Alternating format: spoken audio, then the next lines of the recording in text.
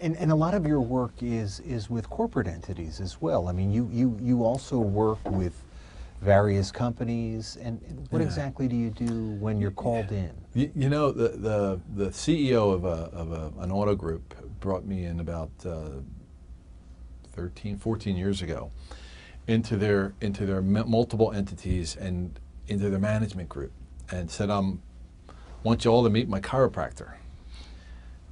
And that was it. He threw me to the wolves. And of course, the questions were, you know, what is a chiropractor doing in our management group? Because right then, the vision and the purpose of the management group was to integrate all of their entities together.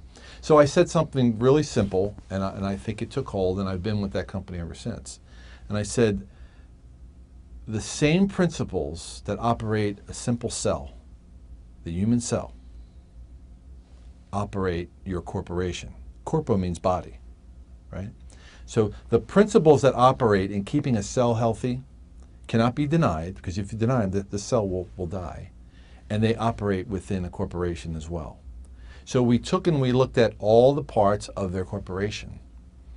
And we basically did a history, looked at the symptoms, we did a diagnosis, and we developed a treatment plan.